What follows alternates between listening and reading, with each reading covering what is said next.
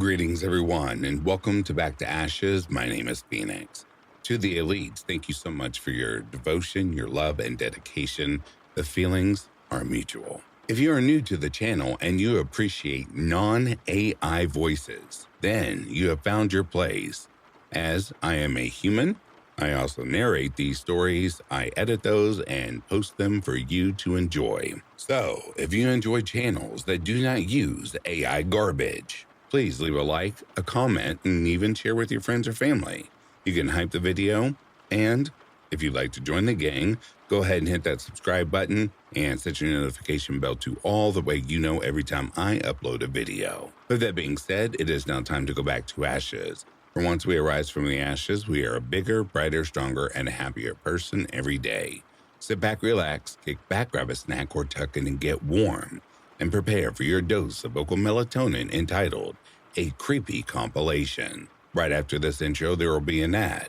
I'll read the first story, maybe somewhere in between it, there will be an ad, and after that, there will be no more ads within this video.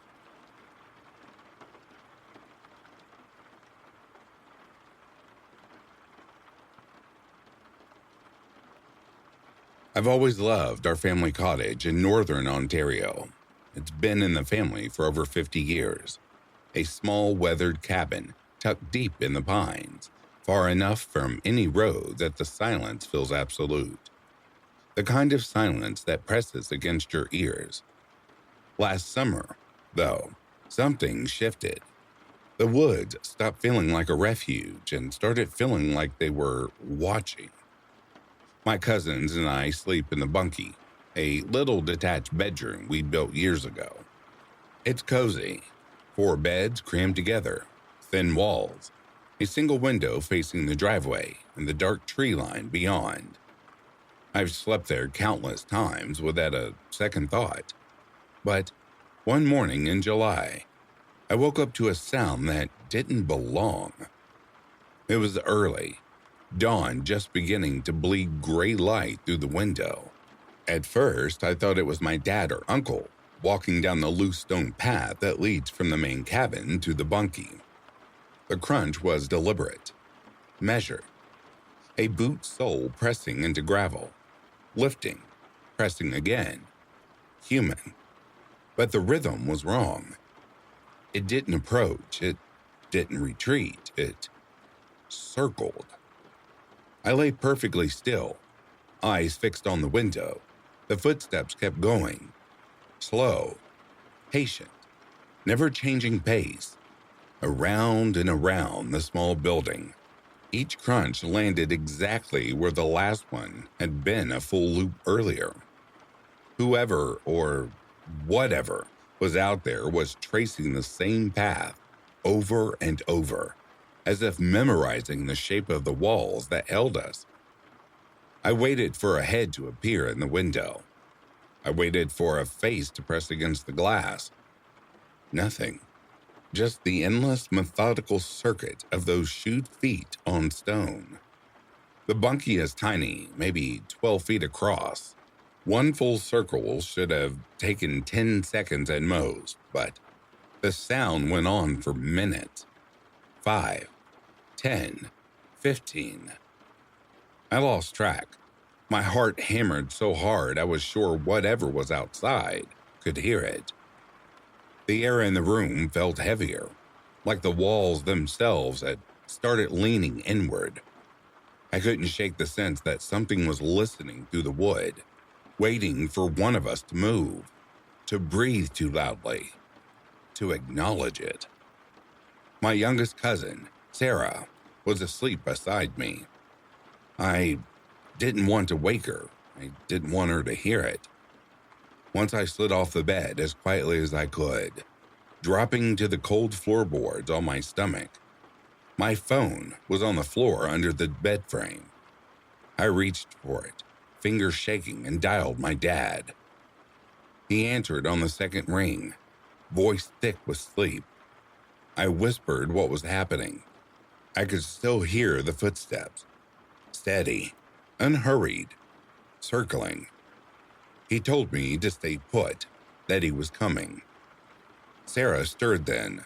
Her eyes opened, Confused, I put a finger to my lips and motioned toward the window. She listened, frowned. "I don't hear anything," she whispered.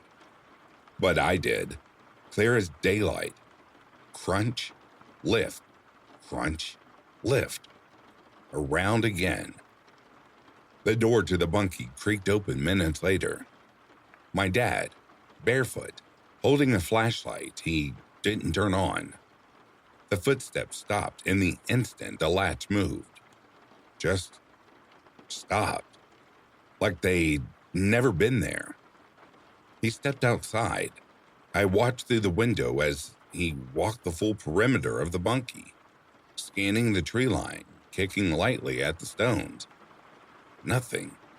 No prints deeper than a squirrel's. No disturbed gravel. No sign anything heavier than a raccoon had been there. He came back in, rubbed my shoulder, told me it was probably a deer or a bear wandering close by. Said animals can make all kinds of noises on loose stone. Said I'd been dreaming, half awake. But I know what I heard. Deer don't wear shoes. Bears don't pace in perfect circles for 15 minutes without ever breaking stride. And whatever it was, knew exactly when to stop. Knew the precise moment my dad touched the door. I didn't sleep in the bunkie again that trip. I moved into the main cabin, on the couch by the fireplace. My cousins teased me for being scared of nothing. My dad never mentioned it again. But sometimes, still late at night, when the wind dies down and the lake goes perfectly still, I swear I can still hear it. Not close, not too loud, just distant. Gravel shifting under a slow, patient step, circling something farther out in the dark now. I haven't been back to the cottage since last summer. I told my family I was busy with work. Truth is, I can't shake the feeling that whatever was walking those circles wasn't trying to get in. It was measuring, waiting. And one day, when the house is quiet and everyone else has gone to bed, I'm afraid that it will finish what it started.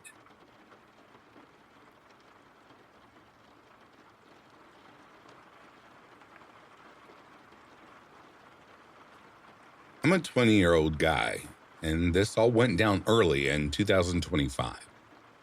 Looking back, I was in a pretty rough place back then, struggling with heavy drinking, quick to lose my temper and ready to argue or even fight over the smallest things. I've come a long way since, getting better control over myself, but at that time I was pretty wild and reckless. One night, my buddies and I headed out to a club for some fun. We started off strong, hitting the dance floor, chatting with strangers, downing way too many drinks, and just enjoying the vibe. Everyone was in high spirits, laughing and letting loose. As the hours ticked by, though, the focus shifted.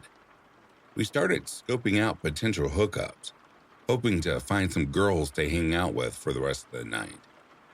Things weren't panning out, so I decided to reach out to a girl I'd spent time with the previous evening. Nothing serious had happened between us then, but earlier that day, she'd mentioned being open to a friends with benefits arrangement. She lived about 45 minutes away from the club. My best friend, who had driven us there, offered to take us to her place. I want to be clear, I absolutely don't support drinking and driving. It's dangerous and irresponsible. I'm just grateful no one got seriously hurt on the roads that night. We picked her up, but then she insisted we grab her friend first. After that detour, we made the long drive back to my house with both girls in tow. Once we arrived, the drinking continued and things got even more chaotic. There were 5 of us total. Me, my best friend Pablo, the driver, my good buddy Lincoln, and the 2 girls. Let's call the one I texted Leah, the potential fling, and her friend Tia. Tia was acting strangely hostile toward me from the start, snapping at everything I said or did. It escalated to the point where I just tuned everyone out, burying myself in video games to avoid the tension. Eventually, Leah mentioned she needed to use the bathroom. We headed there together, and things quickly turned intimate. I'll spare the explicit details, but we ended up on the floor, with her straddling me. Both of us were extremely intoxicated, and my memory is hazy, but I distinctly recall both of her hands around my neck, squeezing tightly. I'm not pointing fingers or accusing her of malice. We were both blackout level drunk, but the pressure was intense. In that moment, it felt like an out-of-body experience. I remember seeing myself from above, my face turning blue, struggling for air. To defend myself, I instinctively pushed back hard enough to leave marks and bruises on her. Not on her face, though. Somehow, it stopped, and we moved on. Later, hunger hit, so we piled into the car for a late-night run to Del Taco. I remember how I behaved there. I spent around $60 on food, but complained rudely about the service being slow, even calling the worker names behind their back to Pablo. Tia overheard and exploded, yelling at me for being disrespectful. It was fair criticism, but in my drunken state, I yelled right back. To de-escalate, I decided to walk home alone. As I crossed the street, a truck screeched to a stop, and a woman jumped out, screaming that I'd hit her daughter. Completely bewildered and still buzzed, I argued back until things calmed down. I kept walking, tears streaming down my face for reasons I couldn't even explain. When I finally got home, Pablo and Lincoln were just relaxing and eating. The next morning brought the mother of all hangovers. Throbbing neck pain, bleeding ears from when the girls forcefully stretched my gauges too far, and overall misery. Lincoln stuck around and we debriefed the chaos. He called it one of the wildest nights ever. A bit later, Leah texted me, claiming she understood me better than I understood myself. She ranted about how Tia always spoils things, trashed herself with harsh words, and even mentioned suicidal thoughts. I didn't know how to respond properly, but I told her the whole evening had left me deeply unsettled. I owned up to my poor behavior, apologized, and said I hoped she was okay. Time passed, and I tried to put it behind me. I started dating a new girl, and things were going great, until I got a random text from Leah with a photo of a positive pregnancy test. I was at a movie with Pablo and panicked briefly, but a quick Google search showed it was a stock image, the very first result. I called her out on the lie, and she admitted it was just a dare from a friend.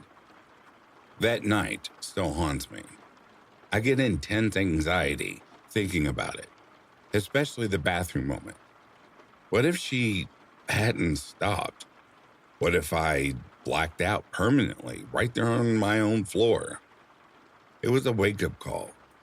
I quit hooking up with strangers, got way back on drinking, and stopped chasing nightlife altogether. Now, I focus on quality time with my amazing girlfriend, someone entirely new who came into my life later. I don't regret much in life because mistakes teach valuable lessons, but this one experience I truly wished I could erase. The takeaway?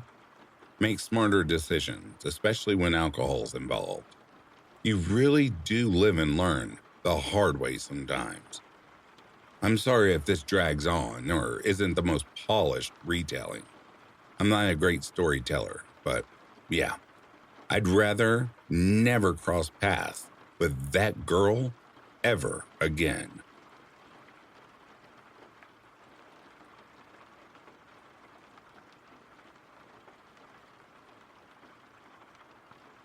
I remember the cabin like it was a living thing, small, cramped, breathing pine sap and wood smoke.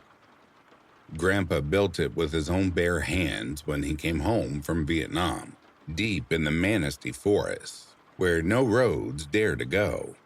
To reach us, you had to crawl down Becky Trail, a 2-mile scar of rutted dirt that twisted through walls of black pine. Luther was only 300 souls, but out where we were, there were none. Just us, the trees, and whatever watched from between them. I was 7, maybe 8. The cabin had one real bedroom, Grandpa's, so my bed was a narrow cot shoved against the living room wall, right under the big picture window that faced the yard. During the day, the glass framed everything we owned. The sagging shed, Grandpa's half-restored trucks sinking into the earth, rusted plows and harrows like the bones of dead machines. At night, the window turned into a void. No moon, no stars, just a black so complete it felt like the forest had leaned in and pressed its palm against the pane. I slept curled on my side with my back to that glass. I was a heavy sleeper then. Once I was out, nothing short of the end of the world could pull me back. That night, I'd said my prayers. Short, childish things about keeping monsters away, and Grandpa tucked the quilt around me. He settled into his creaky rocker by the fireplace, opened his worn Bible, and the low crackle of burning pine became the last sound I heard before I slipped under. I woke hours later, throat dry, back aching against the cold window. Grandpa had dozed off in his chair, head tipped forward, Bible open on his lap. The fire had burned down to dull red embers. I shifted, rolling on to my other side so I faced the glass, intending to close my eyes again. That's when I saw him. At first, it was only the suggestion of a shape, taller than it should have been, motionless, inches from the pane. The darkness outside was absolute, yet this thing drank the darkness and gave nothing back. I blinked hard, twice, 3 times, telling myself it was a trick of the dying firelight. But the shape stayed. My eyes adjusted slowly, the way they do when you stare too long into nothing, and details bled through. Broad shoulders, a head too still, the faint glint of stubble on a jaw. He was right there, pressed against the glass, watching. I couldn't move. My lungs forgot how to work. I lay frozen, heart hammering so loud I was sure he could hear it through the window. I thought if I stayed perfectly still, if I pretended to be asleep, he would lose interest and drift back into the trees. He didn't. Instead, he lowered himself slowly, deliberately, until his face hovered level with mine. The glass fogged under his breath. I saw eyes then, dark hollows that caught the ember glow and threw it back wrong, like oil on water.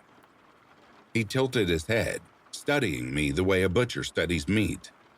A small sound escaped me, half sob, half whimper, and the tears started hot and fast, shaking my whole body. The noise woke Grandpa. I heard the creak of his chair, the soft thud of the Bible hitting the floor. The shadow outside straightened in one fluid motion and vanished. No footsteps, no rustle of leaves, just gone. Grandpa was beside me in seconds, calloused hand on my back. What is it, boy?" I could barely speak. When the words finally came, they tumbled out in a whisper. He didn't call me a liar. He knew I didn't make up stories. The belt had taught me better. Without a word, he flipped on every light in the cabin, fetched his 12-gauge from the bedroom, and stepped outside. I sat up, clutching the quilt to my chin, listening to the night swallow him. 10 minutes he was gone. 10 endless minutes, while I stared at the open door and imagined that shape sliding back to the window. When he returned, the lines in his face looked carved deeper. Grandpa had stared down death in jungles half a world away. I'd never seen him afraid, but that night he was. He didn't speak of what he'd found or hadn't found. He just pulled the rocker to face the door, laid the shotgun across his knees, and told me I could watch television until sunrise. Television. He never allowed it past 8. I didn't watch a single show. I just stared at the flickering screen while he stared at the door, finger resting near the trigger. Morning came, pale and reluctant. The first thing Grandpa did was hang heavy blankets over every window, nailing them so tight no light could sneak through the edges. Then we went outside.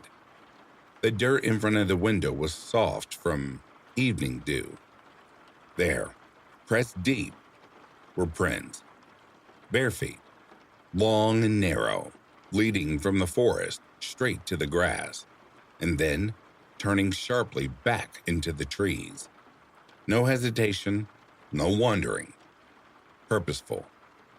The tracks disappeared into the pines as though the earth itself had closed over them. After that, the woods were forbidden to me unless Grandpa was by my side. The cot was dragged to the opposite wall, as far from the window as the tiny room allowed. A week later, we sat at the kitchen, eating venison stew while the little black and white TV droned in the corner. A news bulletin cut in. Authorities had recaptured an escaped convict from the state prison up north. He'd been hiding in an abandoned hunting shack less than a mile from the end of Becky Trail. They showed his mugshot. Gaunt face, thick stubble, eyes like empty wells. Grandpa's spoon stopped halfway to his mouth. He looked at me, and I looked at him, and neither of us said a word. To this day, I've had many nights where I wake up with my back cold, as if glass is pressed against my spine. I swear I can feel breath fogging on the other side. Slow, patient, waiting for me to roll over and meet those hollow eyes again. He got away once. Who's to say he didn't get away twice?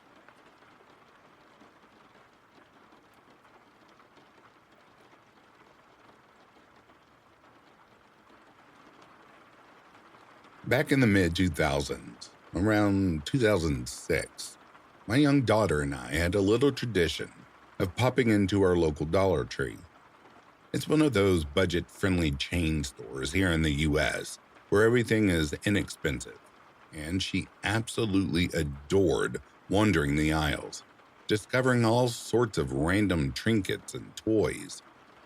On this particular afternoon, we decided to spend some quality time there, just casually browsing without any rush or specific shopping list. It was meant to be a relaxed mother-daughter outing. At the time, she was around 10 years old, and since she was generally responsible, I'd give her a bit of independence to explore items on one aisle while I lingered nearby, maybe checking out the displays at the end of the row or stepping over to the adjacent aisle.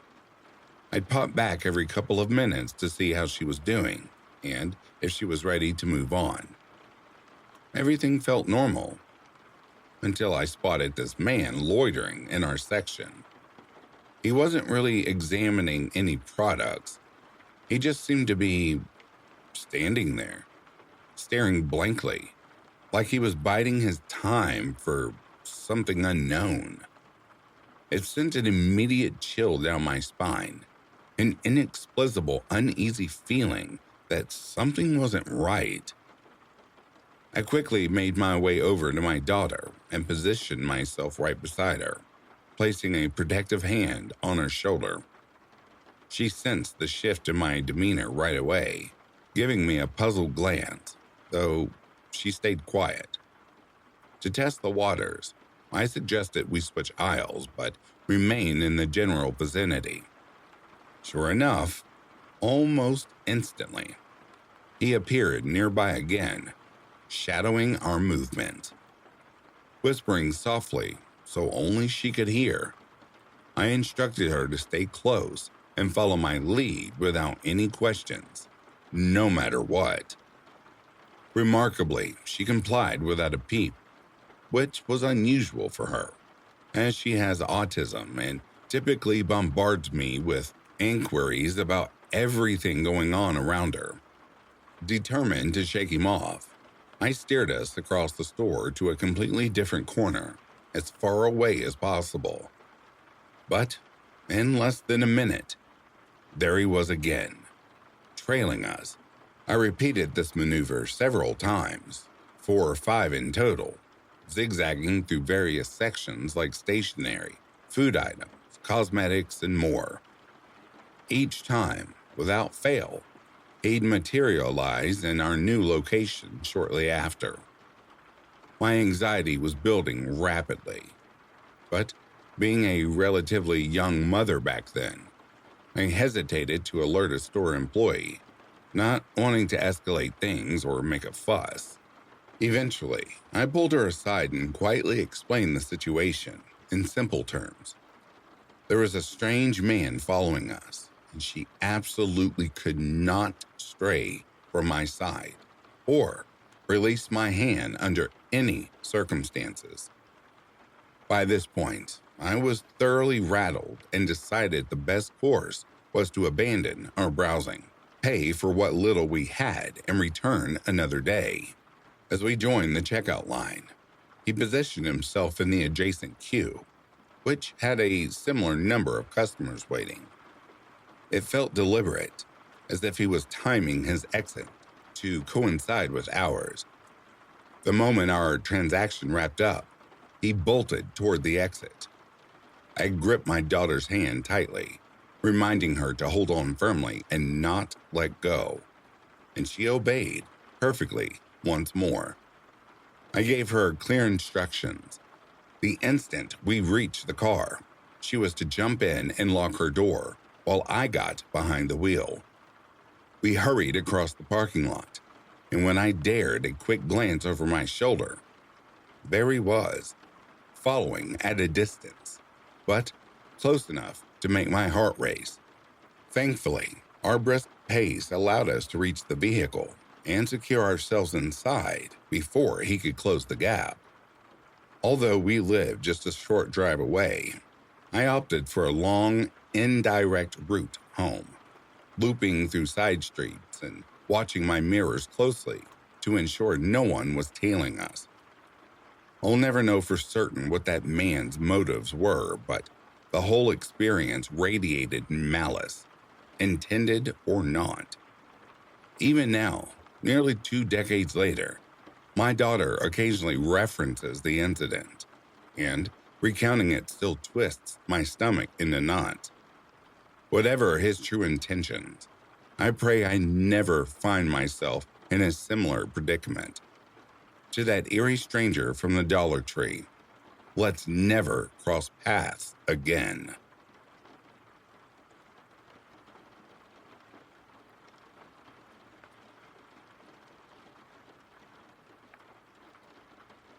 I am confident that I would have been hurt or even killed last night had I been leaving alone. This happened last night, almost 24 hours ago, and I can't stop thinking about it. I was alone in an all-night fast food restaurant in a small town last night. about half an hour outside my city. For roughly an hour and a half, I'd gone into town with my partner because we wanted to enjoy the drive there and back again. But he had some errands to run that I didn't join him for. I spent the time alone, journaling and nursing a hot drink in a booth. For context, I was wearing a hijab in a town with 8 churches and a population of about 1,800. I hadn't been particularly worried about it, but it's worth mentioning. It was already dark when we arrived around 6:30 p.m. At one point, a car pulled into the parking spot right next to the window by my booth. I'd been there for about an hour, deeply immersed in my writing, only pausing to sip my drink or stretch my hands. I noticed the car was pointed directly at me and was running with its headlights on. But I didn't pay much attention until it flashed its high beams at me after roughly 5 to 10 minutes. I glanced up, thinking it might be my partner waiting outside. It wasn't his car, so I went back to writing. In hindsight, I believe the flash was a test to see if I was aware of my surroundings. Sometime later, I became aware of a man standing between my booth and the counter, in a spot where someone might naturally wait for an order, though I never saw him receive any food or drink. When I finished the paragraph I was writing and looked up, he was staring at me intensely. His expression was blank and emotionless, yet the stare felt undeniably hostile, like he was looking at me as if I were a stain on a new pair of slacks, with quiet anger behind it. He turned away. I went back to writing, knowing my partner would arrive soon. The man lingered. From the corner of my eye, I could see him facing me again. Soon, he moved to the other side of the restaurant, positioning himself closer to my blind spot. There was a wall or partition between my corner booth and that side of the dining area. So, from a distance, he could only see me if he was more or less in front of me or slightly behind me. If he had stayed directly beside me at that distance, we would have been completely out of each other's view. Now he was closer to the door than the counter, somewhat behind where I was sitting, but still visible in my peripheral vision without me having to turn my head fully. When I started packing my things, quickly because I had no intention of sticking around to interact with him, he began slowly moving into the vestibule between the inner and outer doors. I saw him notice me throw away my garbage and leftovers before returning to my booth. I sat for a moment to check my phone. As I stood up, I saw him standing with his back to me, but his head turned toward me. I grabbed my parka and purse. At that moment, he stepped outside and positioned himself right in front of the doors, blocking one while leaving just enough space for someone to squeeze past. I would have had to get very close to him. Instead, I gathered my things and headed to the back of the restaurant, going into the bathroom. I swear I caught him turning his head to watch me as I moved away from the exit. My partner texted that he was outside. I replied that I'd be right there and was just washing up. When I left the bathroom, the man was back inside, facing the doors as if waiting for a ride. I walked straight past him into the vestibule. He wasn't subtle about staring as I did. As I approached the exterior doors, I saw him watch me try the wrong door first. Normally embarrassing, but I was past caring. And his face remained turned toward me as I walked past the car that had flashed its high beams earlier, which I assume was his, and got into my partner's car. They were parked right next to each other with one spot in between. My partner had backed into a spot, so the man inside the restaurant couldn't clearly see who was driving. He could only see that I was getting into someone else's car. He watched me open the front door, say hello, then open the back door to toss in my purse and parka. For the first time since he'd initially stared at me, I looked directly at him as I got in. He was looking right back. We pulled out onto the highway and turned past the restaurant.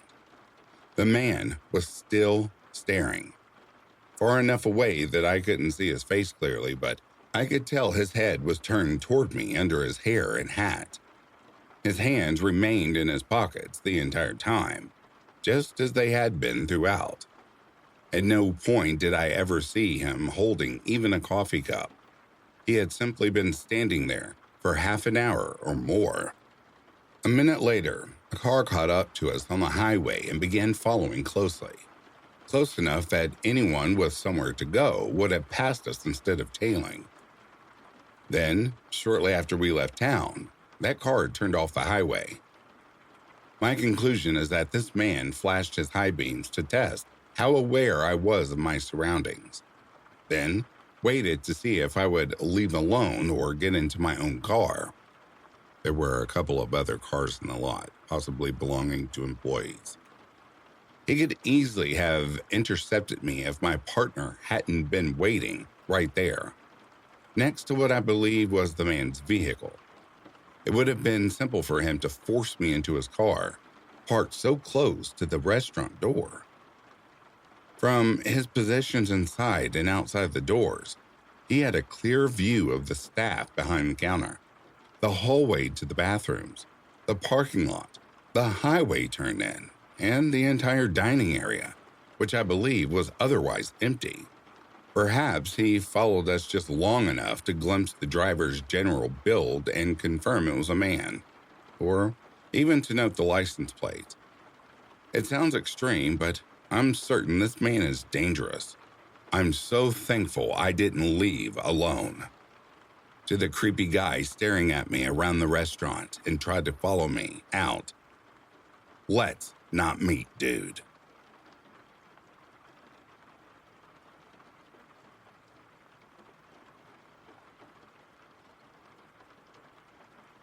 On a road trip, a friend and I decided to stop at Brushy Mountain State Penitentiary and camp nearby. We knew the history of the place and had read up on it during the drive. A friend of my friend joined us. She was deeply into the spiritual side of things and eager to search for ghosts. That was primarily her interest, though we were all curious about the prison itself. In person, the place is imposing. It's a gray, huge prison set hard against the mountain wall, surrounded by thick Tennessee woods. The trees and hills feel alive. And then there's this massive block of concrete sitting among them, unnatural in its shape and weight. There were no tours or concerts that day, and the site felt quiet. We parked in the empty lot and walked toward the building. When we reached the courtyard, we were surprised to find the gate open. There were no signs prohibiting entry, so we went in and began looking around. Two men were in the courtyard, throwing a ball for a large dog. We noticed them, but didn't think much of it until the dog wandered over to us. One of the men then approached and started talking. Instead of asking where we were from, he immediately asked why we were there. He pressed to know if we were part of a tour. Once he learned we weren't, he explained that he was contracted by the owner to do some work there and that we weren't supposed to be on the property. He didn't elaborate on what he was doing or why the gate was open. After realizing we were just curious visitors, he became short and insistent. We left the building respectively, without making a scene. We stayed on the grounds and continued walking around the exterior. My friend pointed out how odd it was that someone on official business would be working with a dog running loose in the courtyard, but we didn't dwell on it. We were still more interested in the building itself. Not long after, a white crossover pulled into the parking lot and came right up to us. A woman and a child were inside. She got out and immediately urged us toward the exit. She said her man had just spoken to us and that we were not allowed there. My friend pushed back a little, but we left anyway. As we did, the woman followed and shut the parking lot gate behind us. Once outside the site, we checked the official rules and confirmed we were allowed to be there. It was a common activity for visitors. That night, we returned. We parked in the outer lot and waited. While standing by the car, we saw a truck drive slowly along the road leading up to the prison. We were in the dark, so it didn't spot us, and it continued back down the road. We talked it over. Driving straight in risked getting turned away immediately, ending our chance for the night. But if we went on foot around the driveway and up the hill first, we would explore a bit and still return openly later. So we climbed the grassy hill beside the road, staying out of the parking lot lights. At intervals, a bright light swept into the sky from the prison. We assumed it was part of the site, perhaps a spotlight left running for effect. As we moved along the hill, we heard what sounded like a dirt bike somewhere beyond the lot. The noise echoed off the hills and then abruptly stopped. Not long after, we heard screaming, distant and fearful. We froze and listened. It happened again. We whispered among ourselves, debating whether it was other visitors, perhaps someone on a late tour. As we stood there, we all noticed movement in the back nearby. It was a wild pig. We hadn't seen it at first. It shifted and started toward us. My friend grabbed both of us without hesitation and pulled us back. He encountered wild pigs before. We backed away slowly and ran for the car. At that point, we assumed other people must be at the prison. The sweeping light, the dirt bike, and the screams made the place seem active, as if something was going on. So we drove back in openly, acting as though we belonged there. As we passed the access road, we saw the same truck parked off to the side. The child in the back was playing with a flashlight, pointing it up into the sky. The man was behind the truck, running a chainsaw. The woman was nearby in her white crossover, watching the road. She pulled out quickly and blocked our path. She rolled down her window and immediately threatened to call the police. My friend told her we had checked the hours and knew we were allowed. She claimed she knew the owner, but refused to provide a name or phone number. We left again. Once back on the main road, we called the police ourselves. They confirmed we were permitted to be there, but advised us not to return that night, adding that it might not be safe. We never learned what those people were doing. Any single incident that happened could be explained away, but taken together, everything added up to something deeply strange, and that lingering unease is what really stuck with us.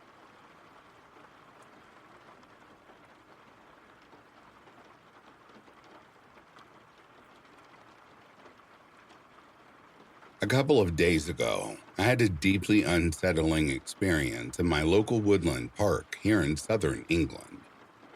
It's a popular spot, full of dog walkers, joggers, and cyclists. Even as the evenings draw in, I know the trails inside out from taking my dog there almost daily.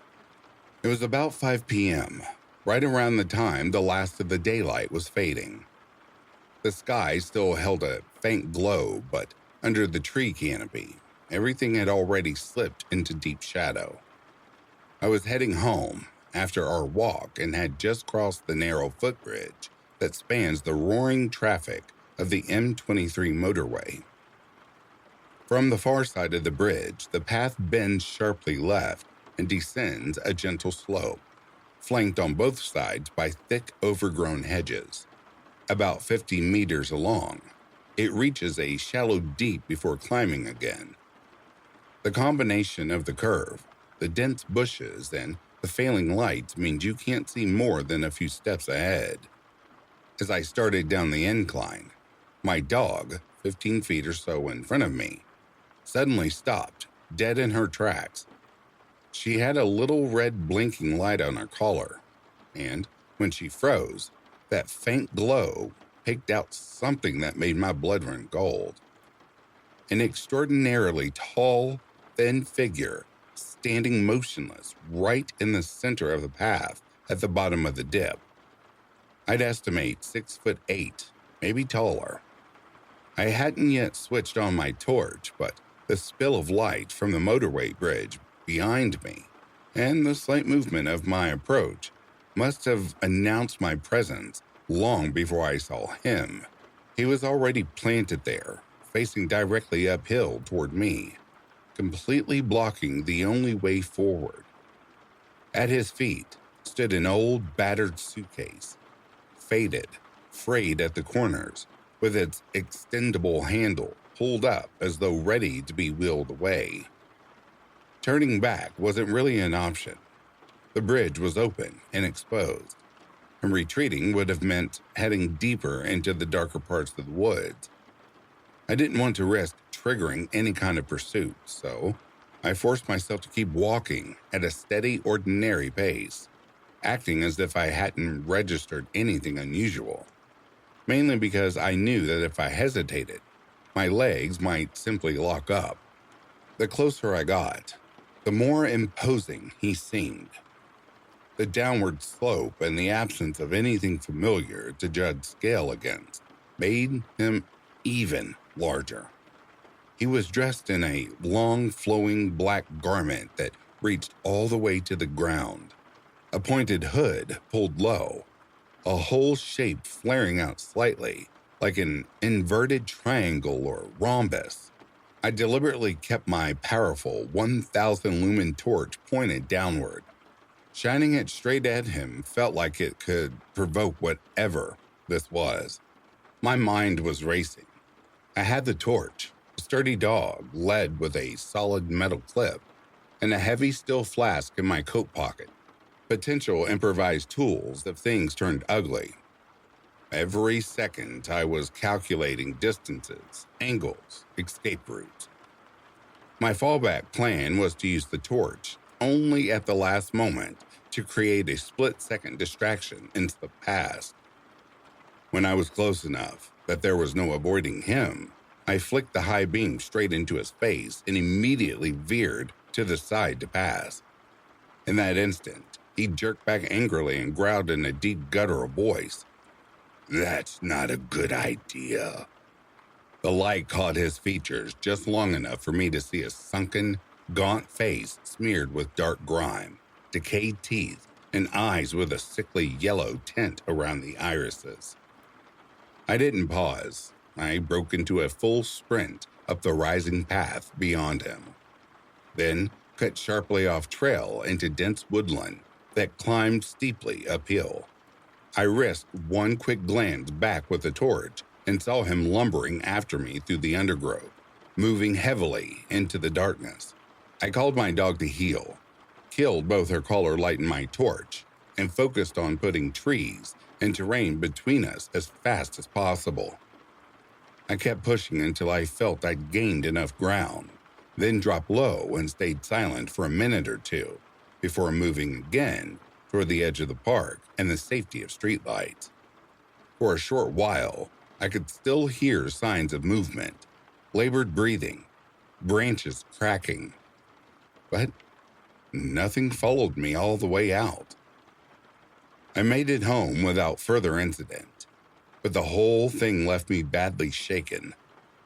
What disturbs me most is that this is a busy public park, yet this person had clearly spotted or heard me coming from a distance and deliberately positioned themselves in that narrow, concealed dip to wait.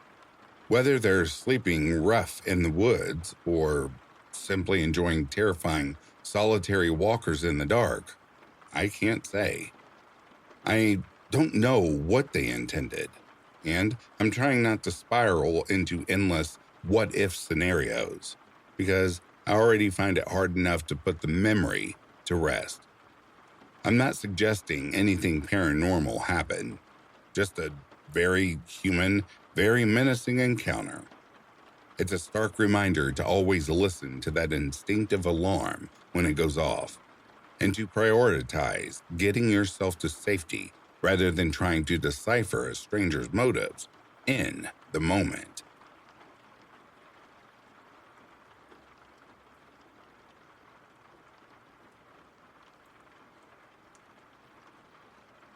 This is a story, or rather a series of encounters and experiences that has been passed down from generation to generation in the rural mountain community here in my neck of the woods.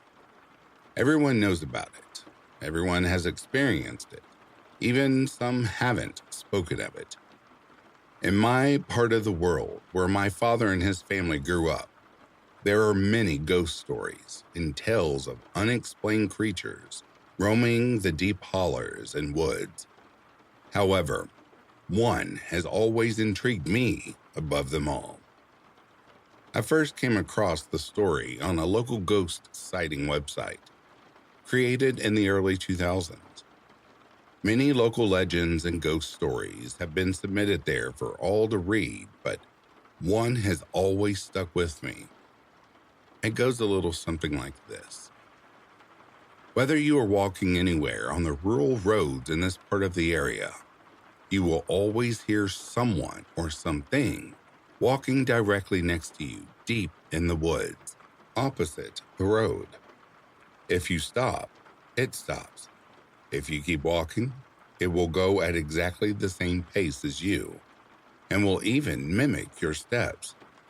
Many locals have experienced this, and it is incredibly eerie. From the first time I read the report, I was immediately hooked. Growing up, I would always ask around and tell some of my family members and others who live in that part of the area about the story. They all said the same thing. It was the devil or some other form of demonic entity. Some even had similar encounters. My uncle, who would go out late at night hunting coons and other small wild animals, had a very frightening experience one particular night. He was hunting well into the late hours, with the moon barely illuminating the trees around him. He had a pack of loyal hunting dogs that would follow him no matter the odds. However, on this one night, something had them spooked. They heard or saw something in the darkness. It wouldn't go any further into the forest after the area they were chasing. My uncle tried everything he could do to make them go deeper, but they just froze in place. With his rifle in hand, he examined the area, still not seeing or hearing anything. The dogs, however, definitely did. They started to cower in fear, and as soon as they did, my uncle heard something moving rather quickly through the brush around him. Something circling him in some sort of trap.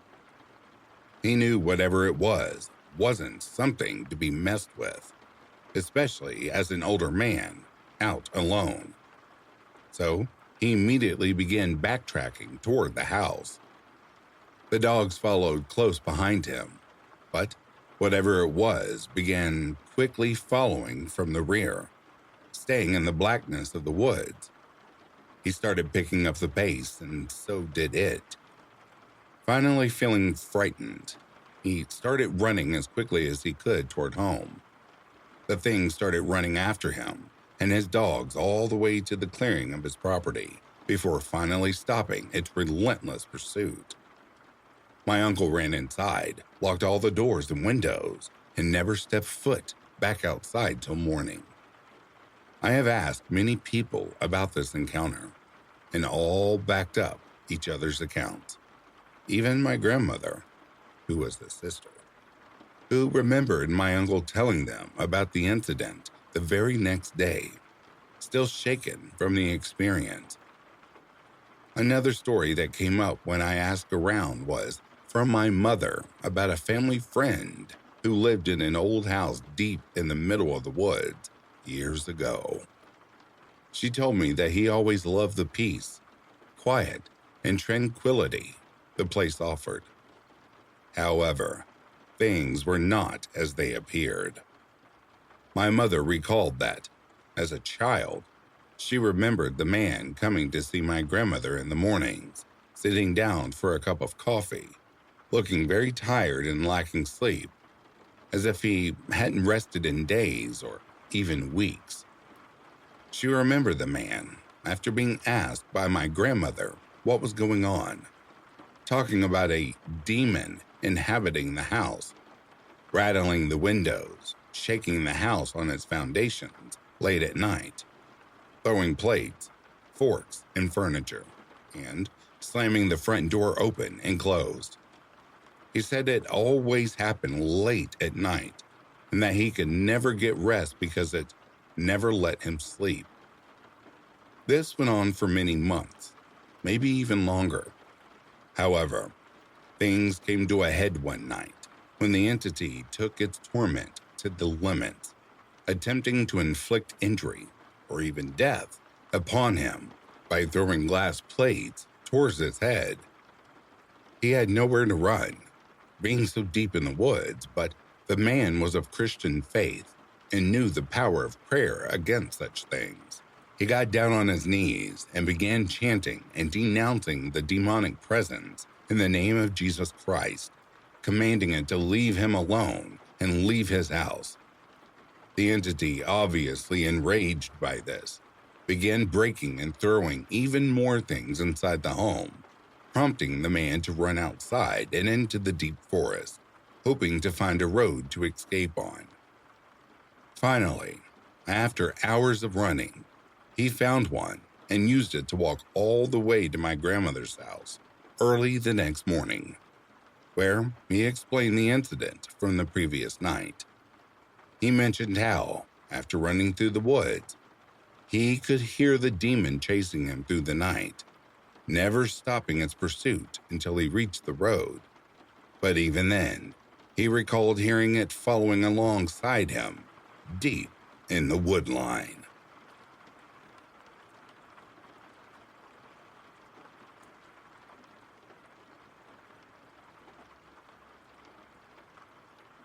It was around 2018, and I had just gotten a new puppy, which meant I was regularly subjected to the 5:30 a.m. potty break from hell.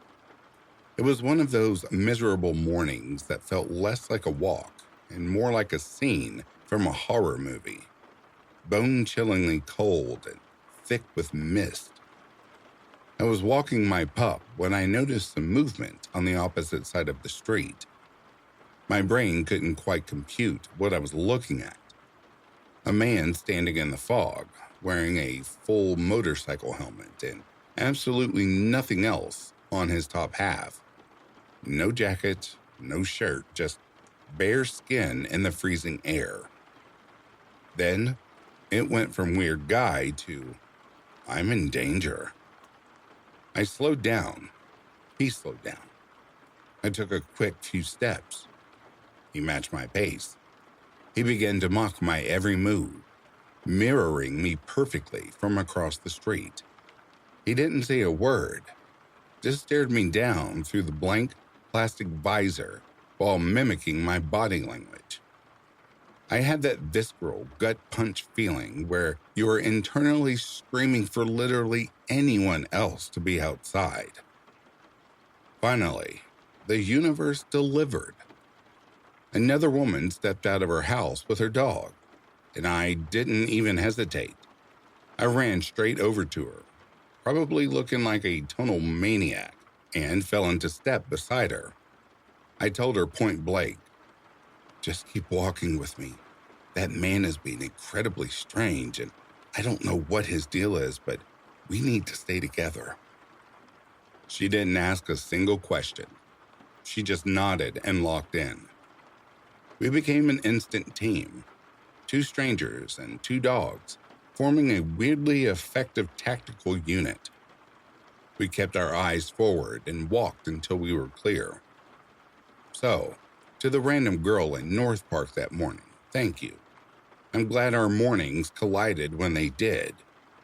And as for the shirtless motorcycle helmet guy, I'm speaking for myself, my stranger friend, and our dogs when I say, let's definitely not meet again.